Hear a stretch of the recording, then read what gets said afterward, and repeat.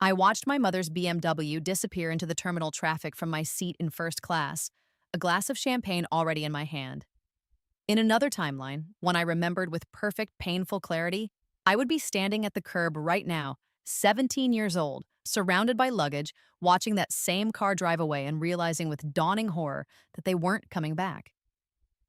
But I wasn't that girl anymore.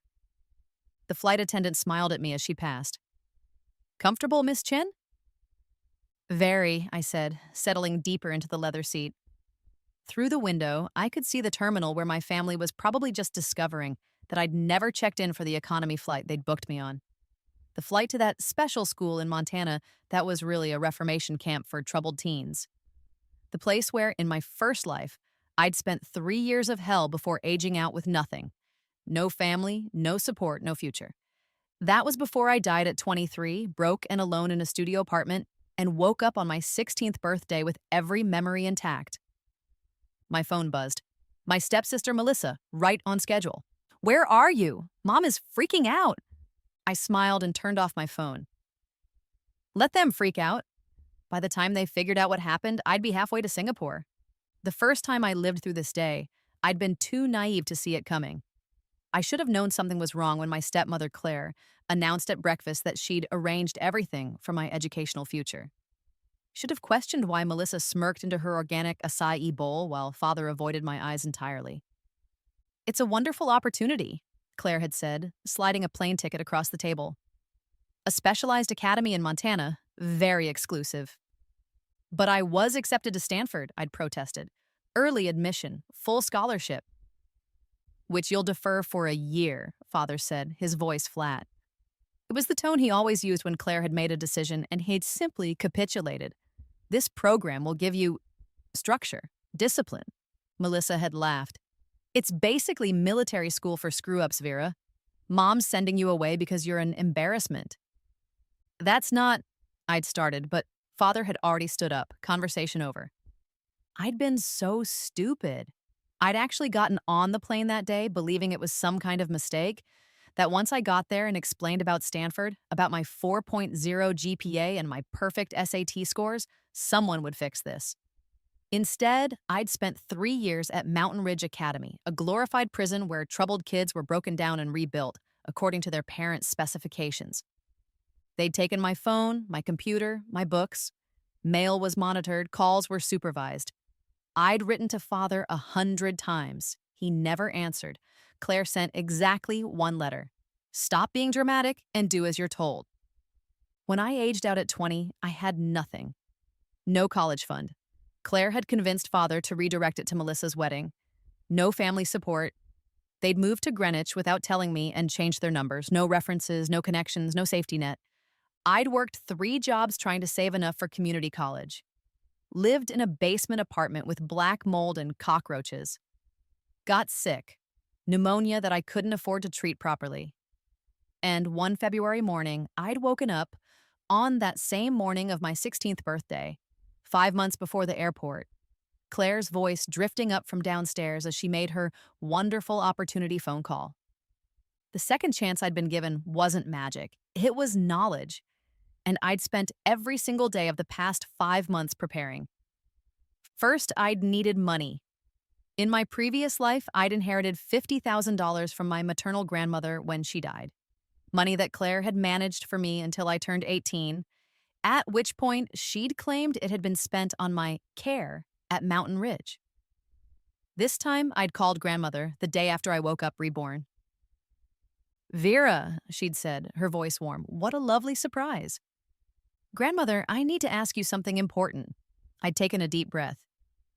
In your will, you have money set aside for me, don't you? A pause. Yes.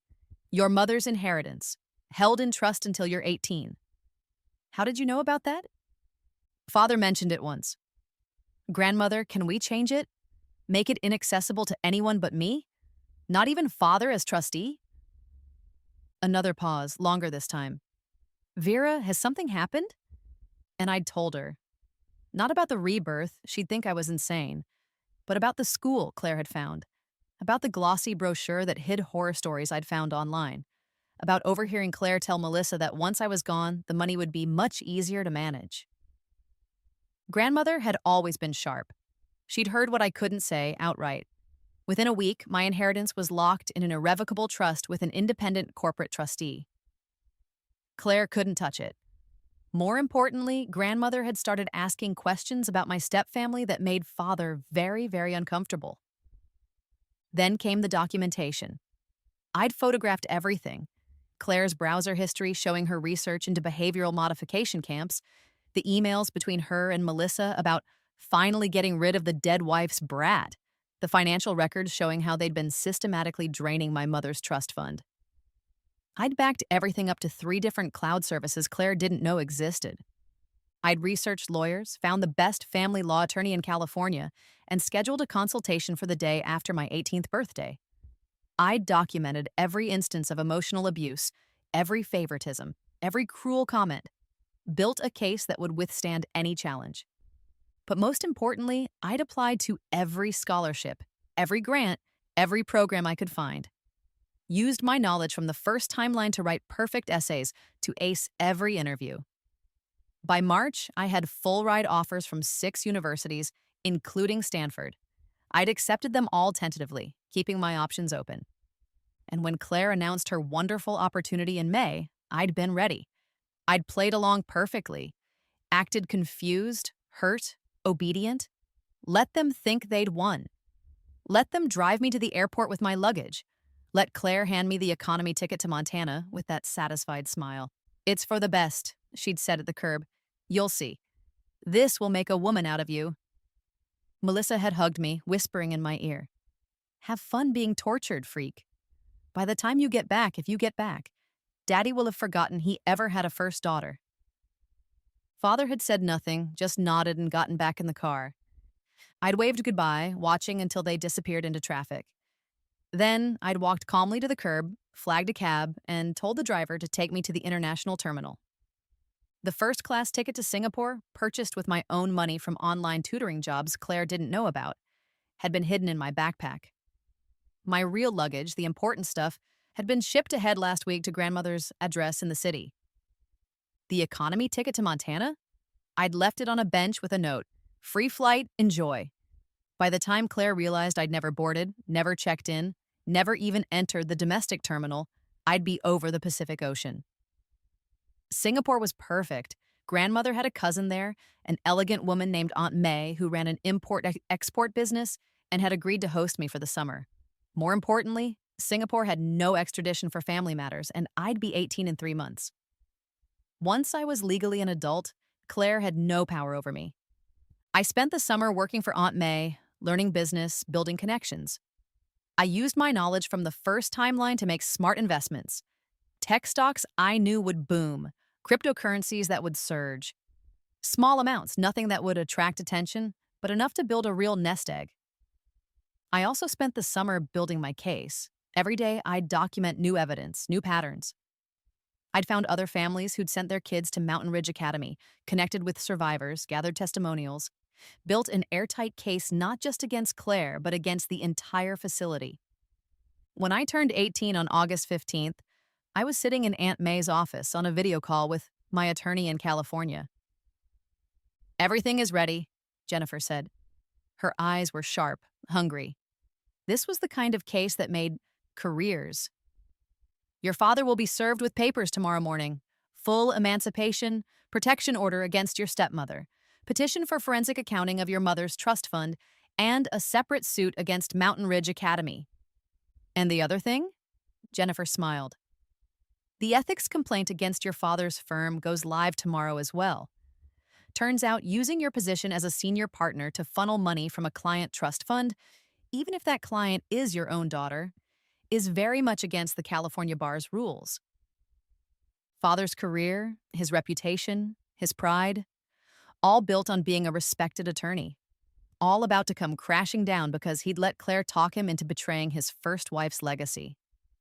"There's one more thing," I said. "I want to hold a press conference." The press conference happened in September, after father had been served, after the forensic accountant had discovered that $200,000 of my mother's trust fund had been redirected, after Mountain Ridge Academy had been served with a class action lawsuit representing 47 former students. I stood in front of cameras and told my story, not the rebirth part, but everything else. The abandonment, the planned imprisonment, the stolen money, the conspiracy to destroy my future so Melissa could shine brighter. I showed the emails, played the recordings I'd made that last morning at the airport, read Claire's words in her own voice. Once she's locked away for a few years, she'll be so broken, she won't even fight for the money. We'll have everything. The video went viral within hours. #Justice for Vera trended on Twitter. News outlets picked it up. Stanford-bound teen nearly sent to abusive camp by stepmother. Think pieces about parental abuse, about the troubled teen industry, about wicked stepmothers who weren't just fairy tale villains. Father's firm put him on immediate administrative leave. The California bar opened a formal investigation. 3 of his major clients dropped him, but Claire fought back. She released a statement calling me a liar, a manipulator, a troubled teen who'd run away to avoid discipline. She went on talk shows, played the victim, the concerned mother who'd only wanted to help her difficult stepdaughter. It might have worked, except I'd prepared for that too. The second press conference happened in October. This one, I held jointly with 46 other former Mountain Ridge students. We stood together, told our stories, showed our scars. Physical scars from restraint techniques, psychological scars from isolation and psychological abuse, educational scars from years of stolen schooling.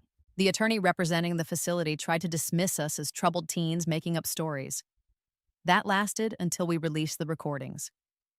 Turned out several staff members, disgusted by what they'd witnessed, had been secretly documenting abuses for years, waiting for someone with the resources and courage to fight back. The recordings showed children being dragged into isolation, showed therapy sessions that were really interrogations, showed teenagers being denied food, denied medical care, denied basic human dignity, all while charging parents $6,000 a month. Mountain Ridge Academy was shut down within a week. Criminal charges were filed against the director and 3 staff members. The civil suit settled for $47 million, distributed among all the survivors. My share was $850,000. Enough to pay for Stanford and graduate school, with plenty left over, but I wasn't done with Claire yet. The really beautiful part came in November, during the deposition for the trust fund case. Claire, under oath, tried to justify taking my mother's money, claimed it had been spent on family expenses that benefited me too. Jennifer was ready. She pulled out record after record. Vacations I hadn't been invited on, Melissa's credit card bills, a new Mercedes, extensive home renovations to a house I'd been forbidden to bring friends to because I didn't deserve to host parties. So to clarify, Jennifer said, you took $200,000 from a trust fund established by a deceased mother for her daughter, and you spent it on luxury items for yourself and your biological daughter while planning to send that same girl to what you now know was an abusive facility. It wasn't like that. Yes or no, Mrs. Chen? Did you spend Vera's inheritance on yourself and Melissa? The deposition had to be paused while Claire consulted with her lawyer, but we had her on record, under oath, admitting to the theft. Father filed for divorce in December. His lawyer made it clear he was willing to cooperate fully with the trust fund investigation and testify against Claire if needed. In exchange, I agreed not to pursue criminal charges against him personally, and I didn't do it out of mercy. I did it because watching him lose everything he'd valued, his career, his reputation, his second wife's respect, was punishment enough. And because somewhere under the spineless man who'd let Claire destroy me, there might still be a fragment of the father who'd once loved my mother. Claire fought the divorce viciously, which was perfect because the uglier it got, the more evidence came out. Evidence of affairs, of financial manipulation, of her systematic alienation of father from his first daughter. The court was not sympathetic. By the time I started at Stanford in January, mid-year admission, special circumstances, Claire had lost everything. The divorce settlement gave her almost nothing. Turned out California courts don't look kindly on step-parents who steal from stepchildren and commit fraud. She'd also been named in the Mountain Ridge lawsuit and was facing personal liability for her recommendations of the facility to 3 other families who'd also been defrauded. She'd moved back to her mother's house in Fresno, filing for bankruptcy, radioactive to every social circle she'd once dominated. Melissa had dropped out of her expensive private college. Father couldn't afford tuition anymore, not with his own legal bills and the restitution he owed me. Last I heard, she was working retail and living with Claire, the two of them trapped together in their bitterness. Father had moved to a small apartment, working as a contract attorney for a fraction of his former salary. He'd sent me one email. "I'm sorry, I don't expect forgiveness, but I'm sorry." I hadn't responded. Maybe I would someday, maybe I wouldn't. The beauty of having one completely was that I got to decide on my own timeline. Stanford was everything I remembered and more. This time, I wasn't carrying trauma, wasn't stunted by lost years. I joined clubs, made friends, threw myself into computer science and business courses. I'd learned something from my first life struggle. Money was power, but only if you knew how to use it. So I invested smart, worked hard, built connections. Started a small consulting company helping families research boarding schools and treatment centers, preventing what had almost happened to me from happening to others. By my junior year, the consulting company had grown into a full advocacy organization. We'd helped shut down 3 more abusive facilities and gotten legislation introduced in California, requiring independent oversight of therapeutic boarding schools. I dated, fell in love, had my heart broken, fell in love again. Lived the college experience I'd been denied the first time. And every time I was tempted to feel guilty about my advantage, about knowing what I knew, about the unfair edge Rebirth had given me. I thought about that 17-year-old girl standing at the airport curb watching her family drive away. Thought about the 23-year-old dying alone in a moldy apartment. I'd earned this second chance.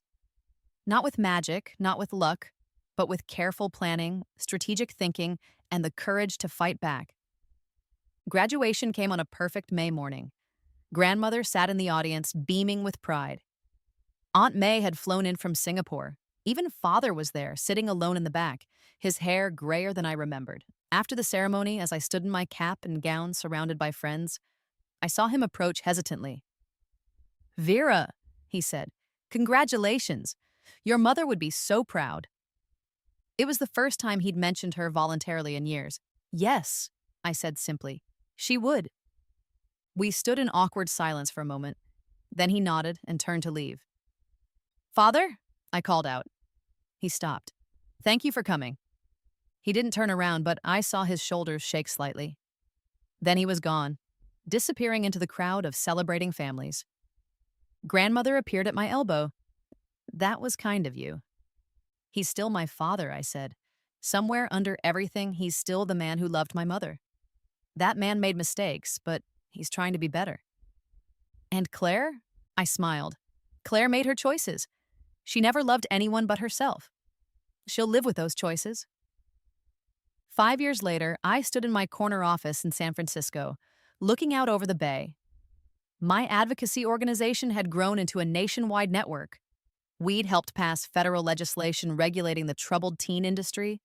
Mountain Ridge and facilities like it were mostly shut down or heavily monitored now. My investment portfolio had grown to 7 figures. I owned my apartment, drove a nice car, traveled when I wanted. I'd recently gotten engaged to a wonderful man who knew my whole story and loved me anyway. Claire had sent me a friend request on Facebook last month. I'd blocked it without a second thought. Some people deserved forgiveness. Some deserved to be forgotten. Melissa had reached out via email, a rambling message about how she'd been young and influenced by her mother, how she was sorry, how she hoped we could reconnect. I'd filed it away without responding. Maybe someday I'd feel generous enough to reply, but not today. Father and I had lunch once a month. Slow, careful conversations, rebuilding something that would never be what it was, but might become something different, something honest.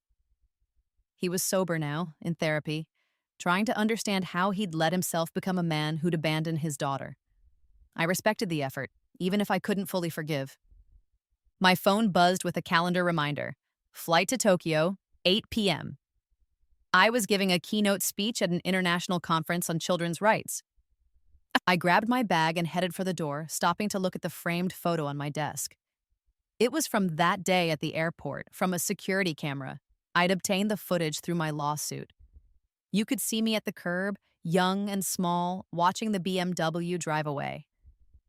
But if you looked closer at the timestamp, you could see it was taken exactly 3 minutes after I'd been dropped off, which meant I'd already left. This photo showed an empty curb where I should have been, but wasn't. because I'd already changed my fate, already gotten on a different flight. The photo reminded me every day. Second chances were precious, but they weren't magic. They were opportunities, nothing more. What mattered was what you did with them. I smiled, turned off my office lights, and headed for the elevator. I had a flight to catch, and this time, I was exactly where I was supposed to be.